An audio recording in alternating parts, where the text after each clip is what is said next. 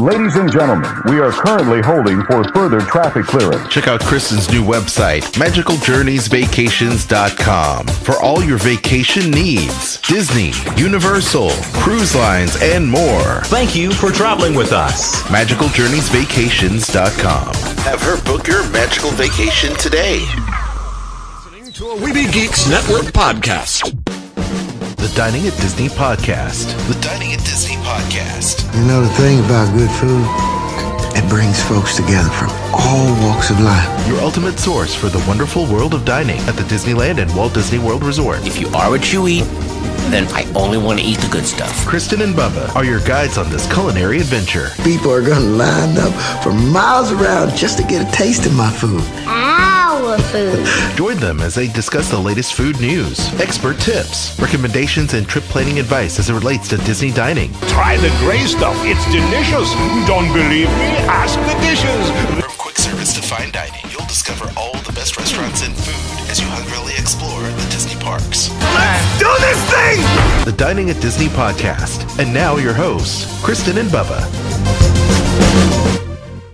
Welcome to another episode of the Dining at Disney podcast, your ultimate source for delicious discussion about everything dining that is Disney. So Disneyland, Disney World, Disney Cruise Line, we cover it all.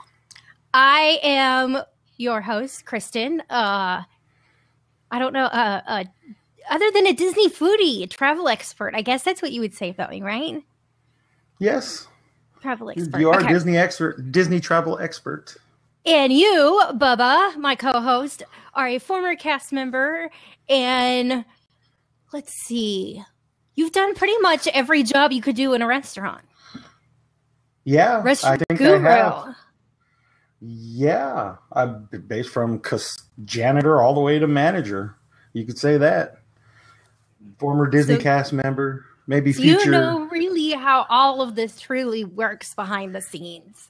Yes, I I know how everything from the inside out, especially working there. So kind of know the little secrets that Disney does to make everything so magical. Well, speaking of magical, today's magical food discussion is going to be about Disney California Adventure Food and Wine Festival. That's our big topic for today. We also got a few Walt Disney World news stories as well. But before we get into that, we just want to thank you for downloading the show on iTunes, streaming this on Stitcher, or watching the webcast via YouTube. Be sure to like, subscribe, and don't forget to tell your friends about it. If you're looking for ways to support the show and help us out, you can easily do that by shopping our affiliate links. We've got the Disney Store, Garden Grocer, Jelly Belly. It costs you nothing. You just go there, buy what you want to buy that you were already planning to buy. And then we just get a little kickback from those companies. And you can also pick up the newly released Epcot Dining Guide. It has been updated. So we've got that. And let's see. Let's go ahead and jump into our appetizer. So we've got our news for today. And for that news, I'm going to start off talking about the writer's stop. And I believe this was announced right after we had done our show that week, like the next day or something like that. But Disney World originally had set to close the writer's stop, and that's located in Hollywood Studios, right next to the ABC commissary, adjacent to Streets of America, which now no longer is Streets of America, since it's going to all get demolished. But they have decided to keep the writer's stop open and have done a couple different things to this.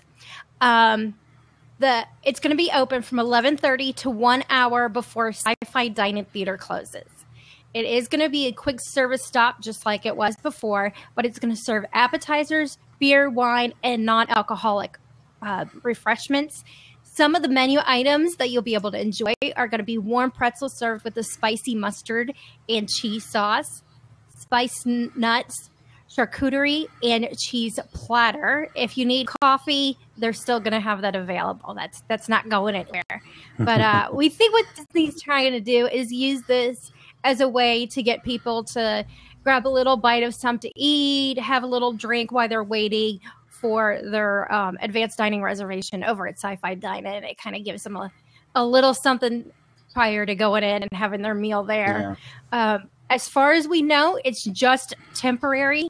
Don't know how long this is gonna last, when it's gonna go away. We will, of course, keep you posted on that. One thing they are doing is adding a new line of kitchen items and accessories you can buy there. So it's going to be similar to what it's been before, just with a few little changes to it. And then over at Disney's Animal Kingdom, this past week, we ended up getting more news on Tiffin's, which has yet to open. It's going to be a signature dining restaurant. And it's very themed based on traveling. And it's going to have artwork, journals, research from those who created the Disney's Animal Kingdom of their travels. The artwork's going to reflect traveling to Africa, Asia, and South America. It'll include sketches as well as photographs. And there's going to be what they're calling is galleries. And it's going to be your 3 dining rooms. Trek Gallery is going to have 74 seats. It's going to feature Asia. Then the Safari Gallery is going to feature Africa. It's going to have 64 seats. And then there's going to be a Disney Conservation Fund Animals Room. They're calling that the Grand Gallery with 114 seats. So really, this does focus a lot on Disney conservation and traveling to those countries. They're going to have prayer flags that are going to be hanging. This is one of the things that you'll be able to do is they're going to have large banners with travel questions on them. And one of the questions may be something like, what do you always do when traveling? And this is going to be to support the Worldwide Conservation Fund. And so guests will be able to purchase a tag and write their answer to the question to be displayed. So I think that's very cool. That is. You can actually go to the post on Dining at Disney and tell us, what do you always do when traveling? Because we would like to hear your stories. For me, I always like to learn about the culture and history when I travel internationally. And as far as when I'm traveling in the U.S., I just like meeting new people. How about you, Bubba? Oh, definitely meeting new people. First and foremost, I just try to have fun wherever I go. If I just have fun to the fullest, because you never know when you're going to be back there. And if you'll ever be back. If you'll ever be back. So that, and definitely meeting new people. I love talking to the people from around the world, especially when I go to Disneyland, meeting people from, Europe and Australia. I met an Australian couple this weekend. That was, oh, wow. they were hilarious. Long route to travel. Yeah. So they're in the U.S. for a month, they said, just traveling around. Wow. Yeah. Yeah. A lot of times when I've met people who have either been from Australia or New Zealand, they say because it's such a long flight, it's like 24-hour flight, that they plan on spending 4 to 6 weeks just traveling wherever it is, whether it be Europe or North America, because of the flight being so long. And I'm like, that's pretty cool, to really get to experience a certain place. I mean, that really gets you in the whole traveling spirit when you know you're going to be somewhere for that long. Oh, yeah, definitely. And then on to what everybody wants to know, the food at Tiffin's. So some of the starters are going to include a lobster popcorn Thai curry soup with basil and peanuts. Ooh. That's going to be Asian and African inspired. European inspired will be their marinated grilled octopus.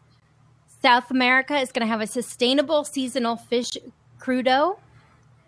And then for North America, a salad with roasted baby beets and goat cheese, with walnut granola and sun-dried cherry vinaigrette. Discovery Island is what that's going to be called. So some of the entrees will include a Berber spiced lamb chop, Berkshire pork tenderloin, grilled head-on shrimp with tomatoes, roasted fennel, olives, and sea urchin butter sauce. That's going to be European. Vegetarians will probably like this dish, a roasted market vegetable curry with quinoa, zucchini, and lime chutney. There will also be handcrafted cocktails and beers. Some of them are going to be, they'll have exotic fruit-flavored lemonades, Asian and African premium loose leaf teas, and coffee beans from Colombia, Ethiopia, Indonesia, and Tanzania. And then there will also be connected to this is going to be Nomad's Lounge. So this is going to be a great place for small plates, including like a Wagyu beef skewer, honey glazed coriander spiced pork ribs. That sounds good. Mm-hmm. Indian butter chicken wings, seasonal fish balls with shishito peppers, and house-made head cheese and chicken liver pate with chutney. I'll skip the chicken liver pate. I'm not a pate fan, but I think it's the texture of it. Unfortunately, it reminds me. It looks like cat food to me. I don't want to say it, but yeah, exactly. Yeah. I've had cats since I was 6 years old, so from the time I saw that dish, it's always like cat food. I was just not going to say that. However, not that I've tasted cat food. I'm going to say when I've had pate, it doesn't taste like it. It just, I think it's the mushy texture that it has to it. The look and the texture reminds me of that, but not the taste. I don't like yogurt because to me, things that don't have contrasting, I like contrasting texture. So when I yogurt, it has to be a parfait. So I put granola, maybe drizzle some honey, some dried fruit in there, so that way it's got texture to it. But to eat just yogurt, I don't like Jell-O. I mean, things that don't really have Jell-O. I know. I don't like Jell-O. Oh, there's always room for Jell-O. Man. To me, Jell-O equals hospital food. Or Jell-O shots. We could have Jell-O shots, maybe. Now, see, if they serve those in the hospital, that would make things a lot better when you're there. And pain-free. Yeah, right? There you go. Time for your Jell-O shot, Mr. Alvarez. Here you go. Oh, I have about 5 of them. So that's just some of the things you'll be able to experience at Tiffin's, including the Nomad Lounge, which I'm excited. I can't wait for it to open. It's going to be nice to have a new dining experience in at Disney's Animal Kingdom. It's always been kind of limited. I mean, it's a large park, like square footage wise, but so much of it again features animals, and you have to have the space for animals. So it's not that there's when it comes to the number of attractions and stuff, there's not quite as many restaurants as I would hope. But I'm looking forward to this. And then, of course, once Pandora opens, even more dining options. Yes. Which make me happy. And me broke.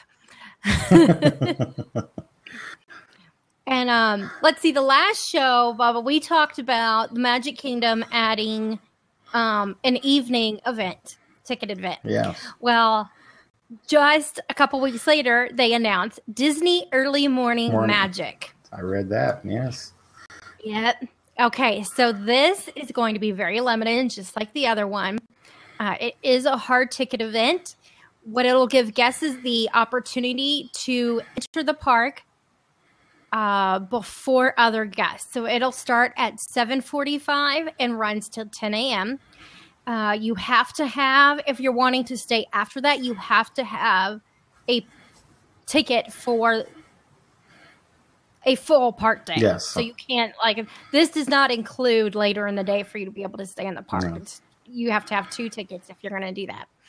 But with this, it'll include a breakfast at Pinocchio's Village House.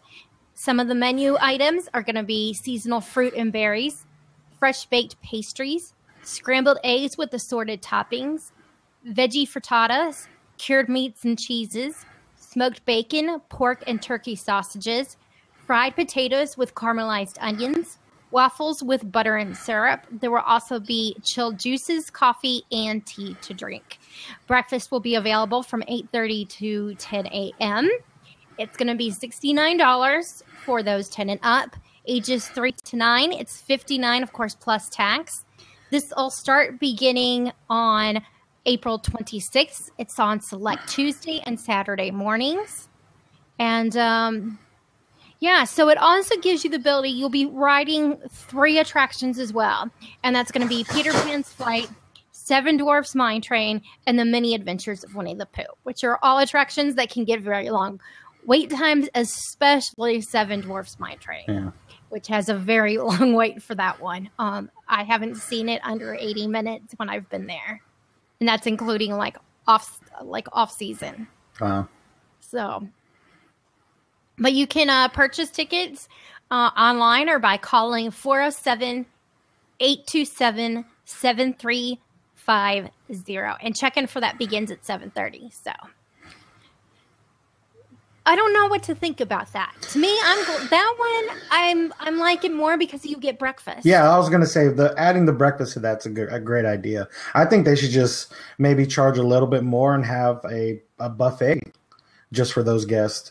Go and eat when you want during those 3 hours, 2 hours, and then go ride something, a couple things. Because like you said, those 3 attractions are open. So and the line should not be that long for depending on how many people do buy those tickets. Yeah. And considering you have from 8:30 to 10 to eat your breakfast, some people will probably start their day at those attractions rather than waiting till after breakfast. Yeah. That would be my plan because the park opens at 9 a.m. to everybody. So you're going to have 1 hour of that time that you're not the only ones in the park that now guests have entered the park. So my goal would then be head straight to the attractions, ride those, then have my breakfast. Then have your breakfast, yeah. Having other guests in the park isn't going to disrupt that. The cool thing's going to be getting that park photo with not a whole bunch of people in it. Yeah. Getting the castle photo. And that's always nice. That's one of the things we used to book an early morning breakfast at Crystal Palace just to get into the park to get those pictures. Be able to get those pictures with nobody in it, or maybe a guest. I mean, it's nice to be able to do that when the parks aren't open, but you have a dining reservation. So I do miss those days working in the park and coming in 2 hours before the park opens or before guests come in and just seeing everything without 50 strollers in the way or something like that. It's very nice too, especially yeah, exactly. And then my last dining story has to do with Four Seasons. And this is within the gates of Disney World, not Disney owned and operated, but it is within the gates. It's located kind of in between, I would say, Magic Kingdom and Port Orleans. It's like off the same street as Port Orleans. And they have added a new menu at PB&G. It's going to be dinner Wednesday through Sunday from 6 p.m. to 9 p.m. And some of the menu items include ahi tuna nachos. That's going to be amazing. Yeah. Oh my gosh. A chopped seafood Cobb salad, coffee crusted rotisserie ribeye. Doesn't that sound good? Smokehouse burger. And then for dessert, you'll be able to get their oversized classic banana split and a fresh baked chocolate chip cookie. It's going to be served in a cast iron skillet topped with caramel, pecans, and vanilla ice cream. Also taking place at PB&G is going to be what they're calling Jockeys and Juleps. It's Derby time. And to me, this is crazy. The Kentucky Derby will be hosting its 142nd race. Man. Yeah. That is a lot. That's wow. That's going to be on Saturday, May 7th.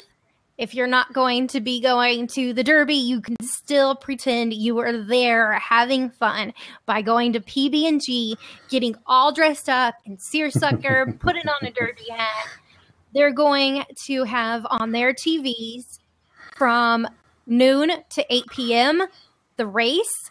They're going to have special drinks like a Jesse's Mint Julep for $8. They're also going to be doing a tour of Kentucky Bourbon Flight featuring PB&G's bourbon from Four Roses, Buffalo Trace, Bullitt and Woodford Reserve. And there's also going to be some special menu items as well to celebrate it, including a shrimp po' boy slider, Kentucky Fried Chicken, hot brown sandwich. Have you ever had a Kentucky hot brown? No, I don't even think I've heard of that. Oh, it's so good. What they do is it is a piece of toast. It's got, oh gosh, why all of a sudden am I drawing a blank? Roasted turkey, bacon, cheese. I mean, oh, it's good. Wow. It's so good. No, I'm gonna... They'll also have bourbon sticky ribs and candied bacon with a side of bourbon on the rocks.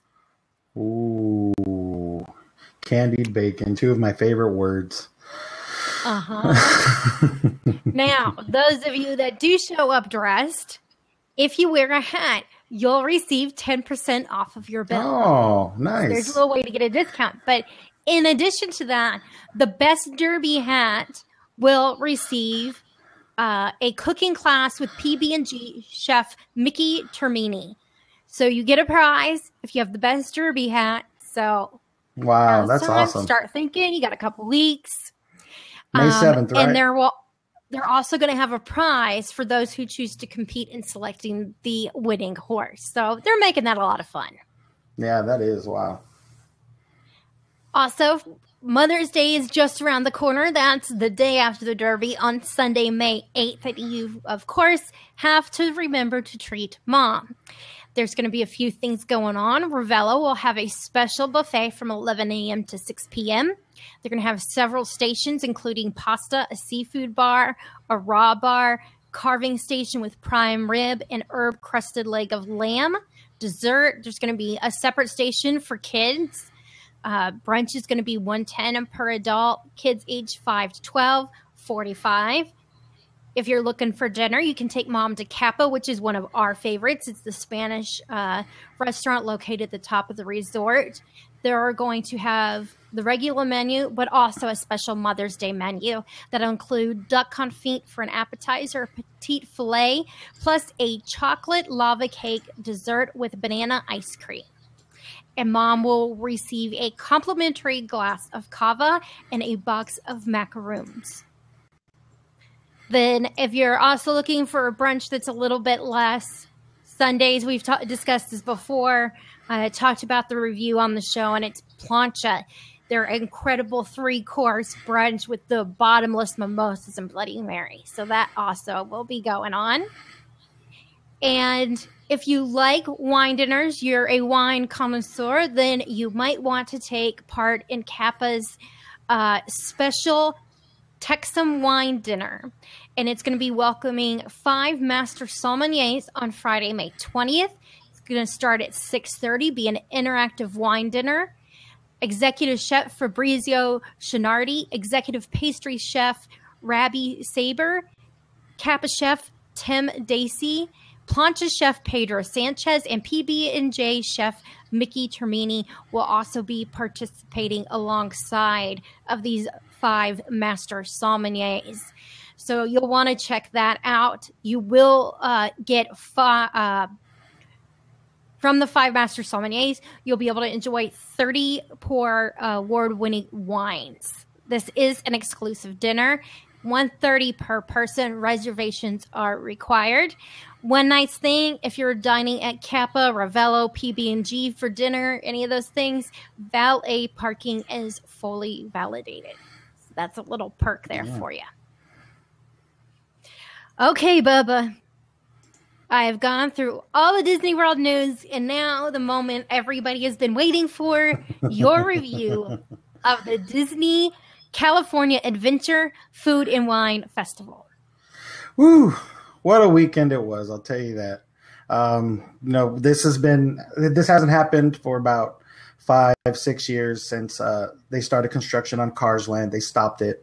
So I'm very happy they brought it back. I know it's kind of a good thing since a lot of stuff in Disneyland is closed and they're not doing the 24-hour day anymore. So this is a good event to kind of make up for that. Doesn't make up for the 24-hour day in my opinion, but it was still such a fun event, and I hope they keep doing it every year. So once we got to the park, if you're an annual pass holder, they, like you said, they spoil you with a couple of things that you can purchase. One of them is this food and wine lanyard that we got. It comes with a special lanyard that has the Food and Wine Festival logo on here, plus an annual pass holder logo. And it comes with 6 tabs. As you can see, we have 1 left. So we plan on coming back hopefully at the end of the Food and Wine Festival. So we have this one more thing we can use. But like I said, it comes with 6, and you get to try 6 of the marketplace foods. Now, this was $45 starting out for annual pass holders, but they lowered the price a week later. So if you did buy one for $45, you can go back and bring your lanyard back, and they'll punch a hole in it, kind of like the one that's right there. And they'll give you a $10 gift card for purchasing it so early and them lowering the price. The price is now $39 for annual pass holders. And it's definitely a great buy if you want to use on the more expensive items in the marketplace. And then we got, so this was up for purchase. You could purchase annual pass holder T-shirt just for the Food and Wine Festival, along with a gift. If you want to do a gift card, you can. They had special food and wine gift cards out just for this event. And if you're a pass holder, they gave you a button too, which they'll have different ones every week, kind of like how they did for the annual pass holder days. I like that. Yeah, this was the first week. The second week just came out on Monday. So hopefully our other correspondent, Michelle, said she was going to go by this week and grab 1, maybe 2 or 3. I know she said she has a button for you, so she's getting all that. She did tell me she grabbed one. Yes, and they also gave out recipe cards. These are all different from the annual pass holder days, and I did grab one for the first week. This is the fried baby artichokes. And it does, it does have the Food and Wine logo at the bottom too. And then the new one that they just came out with yesterday was the beef tenderloin, which we will talk about in just a few minutes. So, like I said, annual pass holders, definitely something you have to go do and purchase. You said $39, right, for the $39 lanyard. For the lanyard and the 6 samples. And on the back, it shows all the marketplaces and what they do have to offer. And kind of like just your own little guide right there. And so once we did that, we started tasting some food. Our first place was the Gold Rush booth. That's the busiest booth. Both days we were there, it was the busiest booth there. They had the triple mac and cheese with smoked chicken, and with the cheeses, they had Fontina cheddar and Gouda cheese. We also got the apple bacon whoopie pie with the maple cream and cream cheese icing and bacon brittle. We didn't do the artichoke chips on that one. We kind of like just trying to keep money costs down. So, but it was very cheap for the apple bacon pie, a whoopie pie. It was only $3.50. But wow, those kind of started off the whole event because the triple mac and cheese tasted amazing. You could definitely taste the smokiness from the chicken. It was just kind of like a real creamy taste to the cheese also. So as I was eating that, my wife Taylor was eating the mac and cheese. I was eating the whoopie pie. So I had my first bite was with the whoopie pie. So I tried that. It tasted great. There was a little sliver of apples in the middle. The cookie on top was very soft. So I took a bite of that and it tasted great. So as soon as I swallowed that, Taylor force fed me a spoonful of mac and cheese. And so I'm like, all right, I'll try it. And I tried it right off the bat and it tasted so amazing, that combination of the whoopie pie and then the mac and cheese. I told her, oh, you have to try this. And so she tried it too and said, and her eyes lit up like, wow, this is amazing. So I started telling everybody around us, did you guys try this together? And they're like, oh, no, we got to try it. So everybody's trying it around us. And they're like, wow, this is an amazing combination. Who would have thought that this whoopie pie and the mac and cheese, would be so great? And, that tasted so amazing. I highly recommend if you do go there to try that. Eat the whoopie pie first. Once you swallow that down, take a good bite of the mac and cheese and let me know what you think, if everybody's opinion on that. So far, I haven't had a single bad opinion on that. After that, we went to the I believe it was the LA Style booth. There they had the chilled ahi poke, the pork belly bow taco, and the milk chocolate caramel tart. We tried the taco and the tart. The taco was probably one of my best items out of the whole Food and Wine Festival. It was a very soft kind of breaded shell, and the piece of the pork belly that they had in there was very tender and thick, and the pickled vegetables they put on top along with the jalapenos, that gave it a great kick. Without the jalapeno, you could kind of take them off if you wanted to. It tasted okay, but once you bit into that jalapeno with it, it made all the flavors in your mouth explode with that taco. So that was one of my best items of the whole Food and Wine Festival. We did try the milk chocolate caramel tart. It was kind of like a big adult candy bar, in my opinion. So it was yeah, I mean, nothing too fancy. It was very chocolatey, kind of decadent. It looked beautiful, though. The presentation was very beautiful. So we'll definitely have some pictures up once I get them to you. So you'll see how beautiful everything looks. So that was one of the best presentations with that tart. From there, we went to Wine Country, and we tried one of the items from there. They had the blackberry tart and the roasted yellow beet and purple haze goat cheese, but we didn't try those. We tried the Zinfandel braised Wagyu beef with the creamy polenta and spring pea puree. Not too tasteful, in my opinion. It was kind of underwhelmed.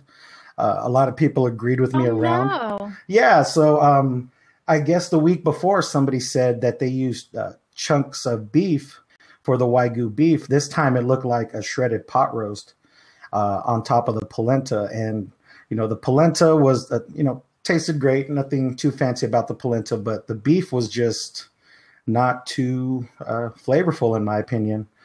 And the sweet peas kind of gave it the great texture and made it worth getting, in my opinion. Wow. So, yeah, and a lot of people said it tasted better the first week also. So I don't know what they did to change it the next week. But yeah, we were kind of underwhelmed by that, by the Wagyu beef. So, what That's a shame. Yeah, what can you do? So, and I got the same opinions were people around me. As I would eat, I would ask people around them, what do you think of it too? And they're like, yeah, the polenta was great. The sweet peas gave it a great touch, but the beef was just not flavorful. It was just like shredded pot roast, in my opinion. So, you'll definitely get pictures of that too. Still, the presentation looked very nice. The presentation on all these items looked very nice. So from there, I believe we went to the farm. Yes. We tried the grilled beef tenderloin slider with the chimichurri sauce and the fried yucca, along with the Meyer lemon macaroon and blackberry marmalade filling. So first off, was that as good as it sounds? I fell in love with that macaroon. That was so tasty. My wife kind of disagreed. She's more of the tart flavor. She likes the tartness. I thought it was very sweet. One of the best items, second best item underneath the taco. The macaroon was a good size. A lot of filling inside with the blueberry marmalade, and there was blueberry dust also sprinkled on top. And yeah, that was one of the hits, in my opinion. As for the tenderloin, once again, I wasn't too big on it. The beef tasted kind of dry, in my opinion. The bread was a little bit overcooked on mine, but the chimichurri sauce that they put on top, I want the recipe for that. That was one of the best sauces I've ever tasted. I said, you could put like a whole scoop of chimichurri sauce on this, and this would taste great. So instead, they put like a little spoonful, portion control. But the sauce was definitely a hit, in my opinion, along with the fried yucca that gave it a good kind of like a crunchiness to it. But like I said, the bread was kind of crunchy, in my opinion, which it shouldn't have been. I know somebody else's bread was a lot softer than mine. But the beef tenderloin, it just tasted very dry to me. It was a nice, good piece, thick and beefy, but Tasted very underseasoned. I don't even think it was seasoned at all.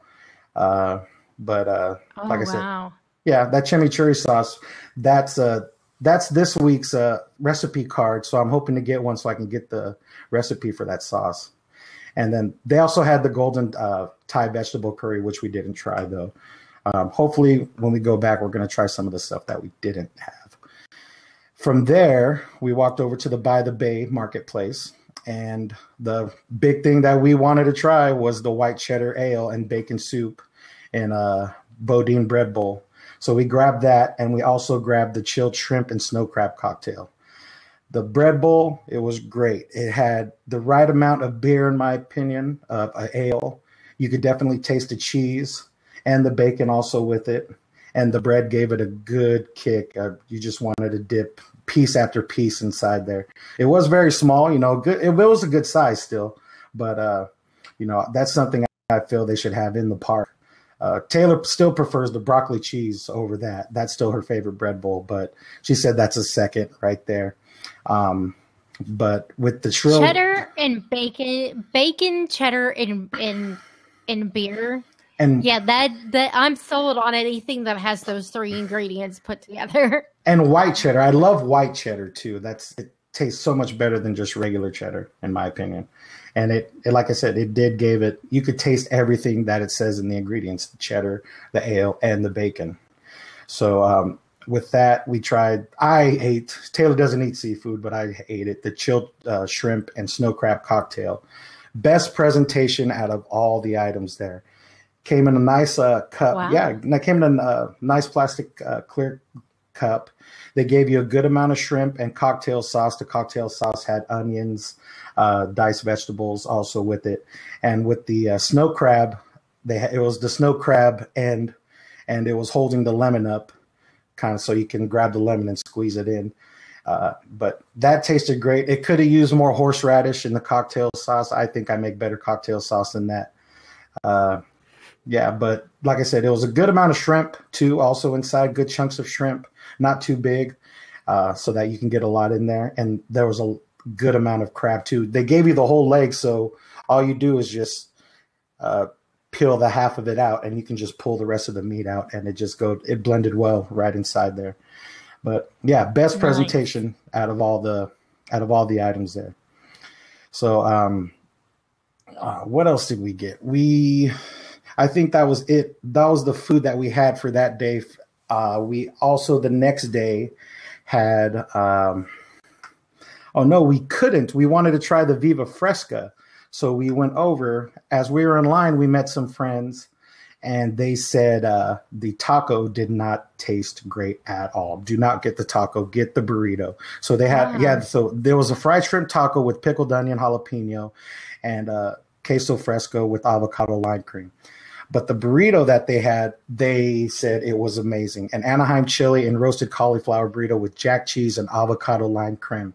So as we go, how it works at the Food and Wine Festival, you pay for your food first. There's two lines.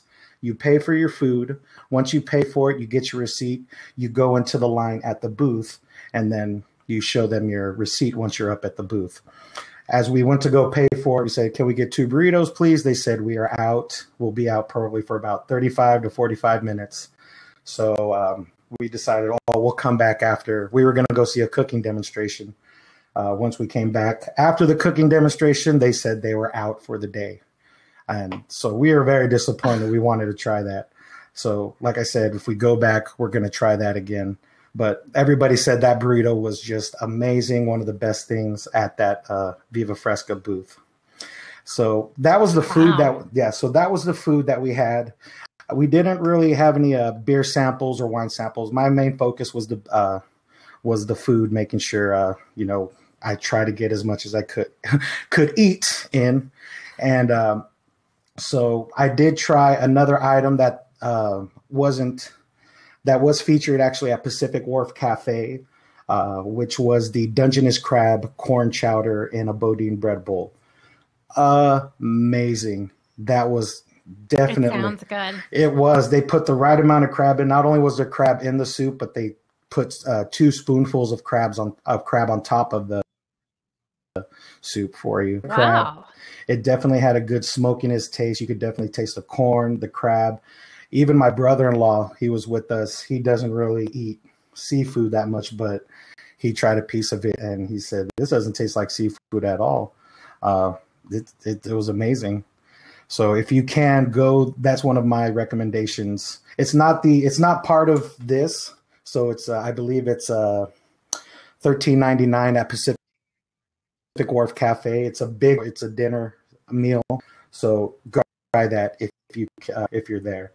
As for the cooking demonstrations, we did watch 3 of them, and all 3 were very entertaining.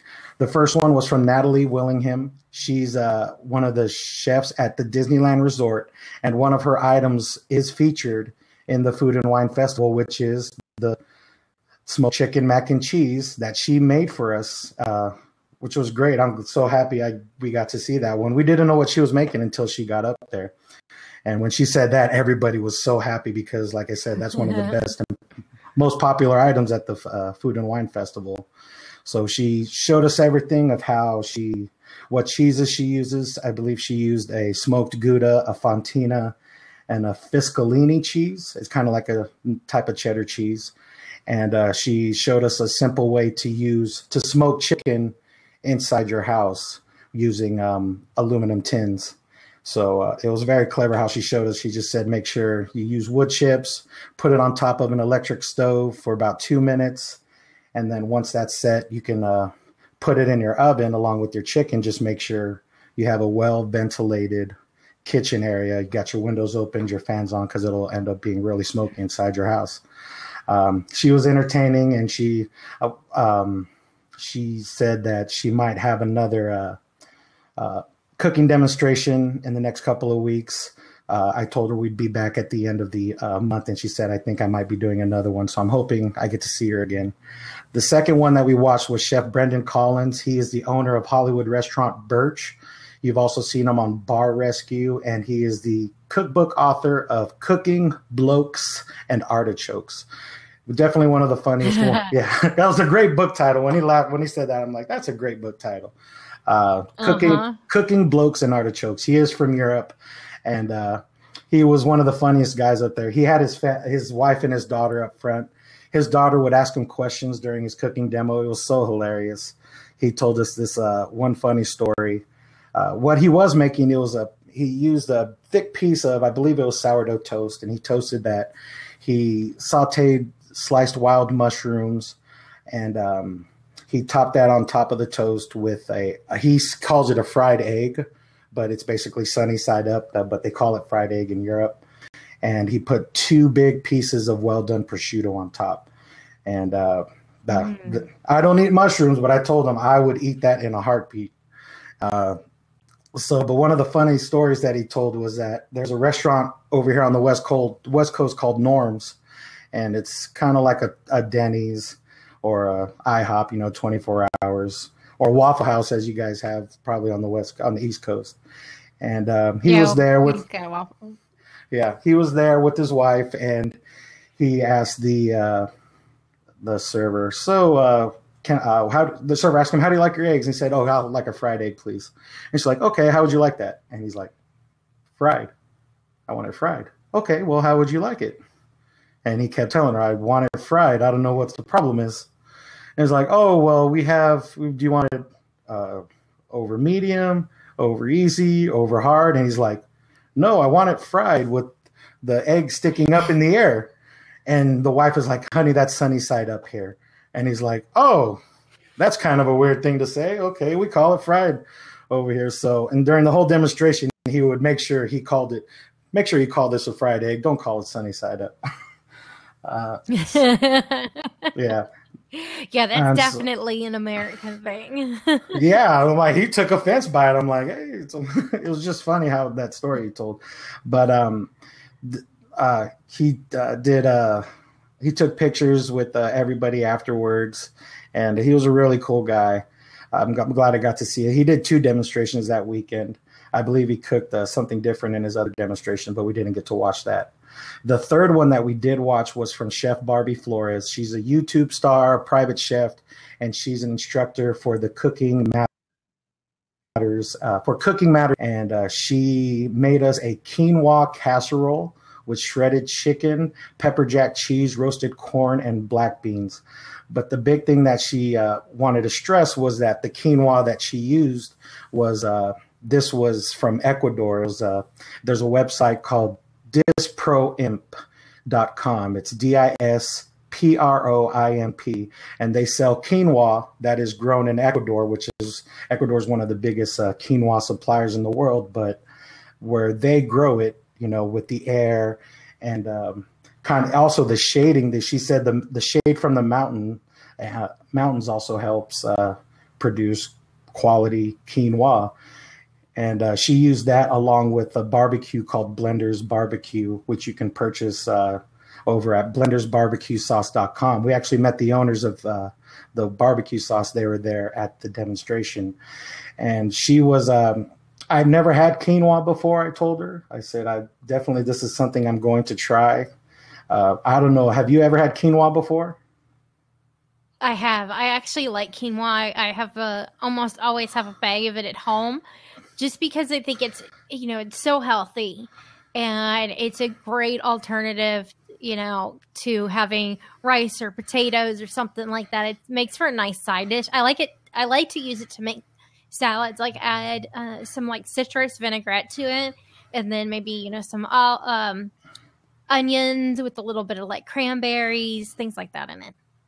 Yeah, that's something that she did stress about the healthiness of quinoa and the alternatives you can use besides, you know, rice and potatoes and stuff like that. And I wish we could have tasted the casserole. Unfortunately, with the free cooking demonstrations, you couldn't taste the food, but they did display their dish after they were done making it. So I do have pictures of all the dishes that the chefs made, and I got pictures with them too. I'm glad I got to see them. I wish I could have seen all of them. There's about 3 or 4 demonstrations every Friday, Saturday, and Sunday. So if you're down at the Food and Wine Festival, I definitely recommend seeing 1 or 2. And, you know, they have great tips on what you should do. Like I said, with the smoking chicken inside, I'm going to try that one day. I've never thought about smoking a chicken inside, and I didn't know it was possible, in my opinion. But, you know, great demonstrations by those 3 chefs. And from that, you know, that was basically everything that we did. We tried to get everything done at least as much as we could done those 2 days.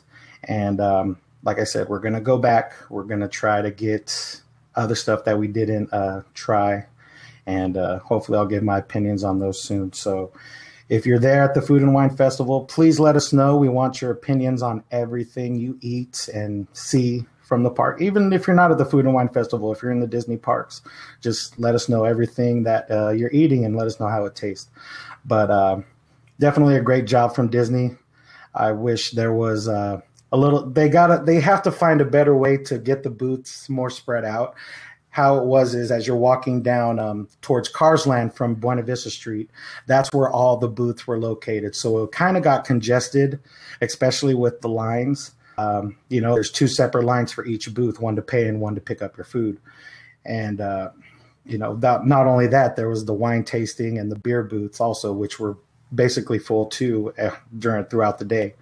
And I feel they should spread them out even more. And there was nothing down in Paradise Pier, which I thought they should implement that more with the Food and Wine Festival. Everything was basically located either in Hollywood Land or along the path headed to Cars Land.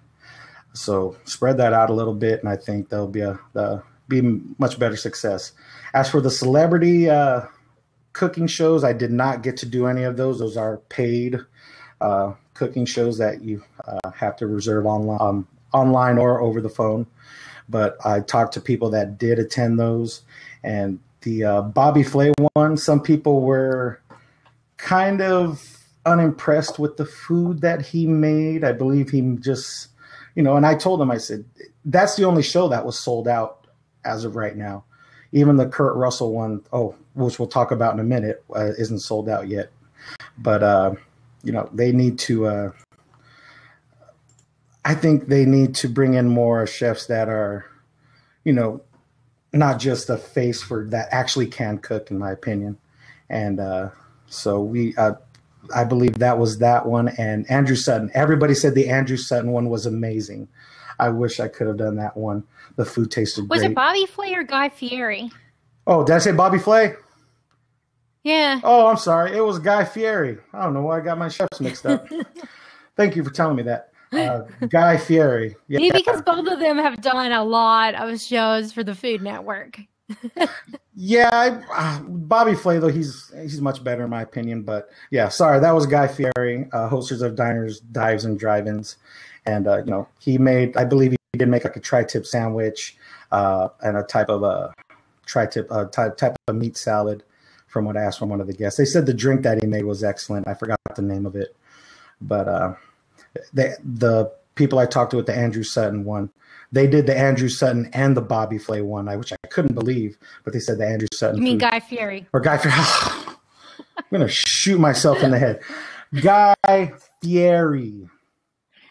They went to the Guy Fieri and Andrew Sutton show, and Andrew Sutton's food was so much better, so much elaborate, and they all took pictures with them and everything. So if you can attend one of those celebrity viewings, definitely do it. Do it. They just added another one a couple days after we talked about it. One of the girls that was giving a demonstration did cancel, so they added Kurt Russell, Disney legend and winemaker, to the Food and Wine Festival, which you'll be able to see him April 16th. It's a 90-minute question and answer session, and it's about his adventures and personal journeys in winemaking, and it is complete with wine tasting. This event, though, is going to be $199 plus tax, and you can book it through the Disney Dining Hotline. This one's going to be kind of different. I know there won't be probably a culinary demonstration that like the other celebrity events, but it's Kurt freaking Russell. I mean, you can't get any better than that. I've seen him do interviews about his wine too, and he, I wish I could do this one. Unfortunately, I can't. But it's definitely going to be a fun one. Yeah, $199's definitely a little steep. It's a little steep, but. Like I said, it's Kurt Russell. He's a Disney legend.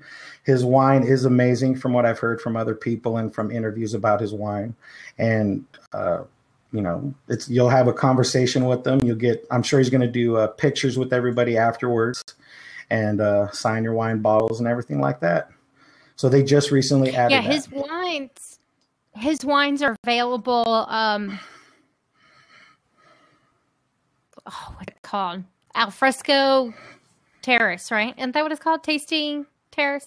Yeah, they have it at the Napa. Upstairs of Wine Country. Yes, they have Napa Lounge and the restaurant at the Grand Californian and Spa, Steakhouse 55 at the Disneyland Hotel, and Carthay Circle Restaurant, and the Alfresco Tasting Lounge, which is upstairs in the Sonoma Terrace.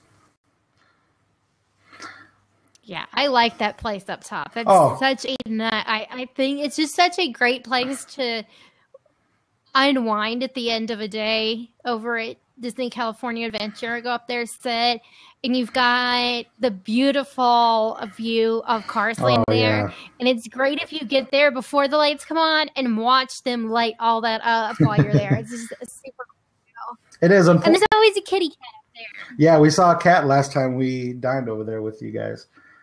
That was cute. Yep. Unfortunately, it was closed the day we went, though, the upstairs lounge. I think they were using it for the wine seminars that you can pay for, which are around $15 per person. But, definitely that's a great place to enjoy your wine. But that was our experience with the Food and Wine Festival. It was great. I definitely recommend it to everybody. If you're a food and wine junkie, this is something that you cannot miss, especially if you're a Disney junkie, too. Now, when you went to pick up your button and your recipe card, you had to go to Blue Sky Cellar Lounge, right? Yes, and they scan your pass. What was that like? It's just right up. As soon as you walk in, they scan your pass the first time. There you pick up your button. They are limiting the buttons, one per person per day when they scan your pass. And then after they scan your pass and you grab your button, they scan your pass again, which is kind of weird in my opinion. But Yeah, and then as you go inside, it was a long line just to get the lanyard. But while you're waiting, you can watch. They had videos up on about California winemaking, why it's so perfect, why the air here, especially in Napa, is so perfect for wine and for grapes. And you can also charge your phone too. They had charging stations for your phone or tablet. And you could. The day that we went, they did run out of recipe cards though too. Luckily, I got one from Michelle. Oh wow! Yeah, well, they had this. They gave these out longer than expected, for my opinion, and from what people said, they said they were giving them like 2 or 3 at a time. So that's kind of figured why they would run out. But I'm sure they'll have more this time. Like I said, starting yesterday or on Monday, they gave out new cards and new buttons. So it was just a long line just to get this lanyard though. But everybody had them, and it is worth it. Like I said, use these for the higher priced items because one of the cast members said, you guys are using it so smart too, because people are using them to pay for their $3.50 whoopie pie when they could pay for their $7 shrimp or $8 or slider or $7 cocktail, $7 bread bowl, whatever. Yeah. So, I mean, like I said, use it for the higher priced items and eat your way through Disneyland or Disney California. Wow. But very successful event. I'm glad they had it. I can't wait to try to get back there and try everything else and hope they do it again next year. So that covers our main entree right there. And now it's on to desserts, our dining tips. And mine is going to be, which goes along with the Disney California Adventure Food and Wine Festival. Also, you've got the Epcot International Flower and Garden Festival, the Food and Wine Festival. They offer these, which you can get, little gift cards. They have a little wristlet so you can put it on your wrist. And I believe the minimum is $15 that you have to put on it. Yes. But it's a great way to pay for things, and you don't have to dig through your pockets, your bag, whatever you have that's carrying your money. You don't have to dig for it. You just, have them swipe your card and you're good to go. You can set whatever amount. So you could go, I'm only going to spend $100 on food and drink for this event. Put $100 on it, and you have now set yourself your own little budget. Yes. And then it can be reused. And if you don't want to reuse it, it makes for a great souvenir. I know for Disney World, the cards change every single year. They're different, depending on the theme of that year's festival. I'm sure it's going to be the same way if they bring this again, back again next year. So you could always keep it as a souvenir. Yeah, so. We have one too, so that we had to get it as a souvenir. And your tip, Bubba?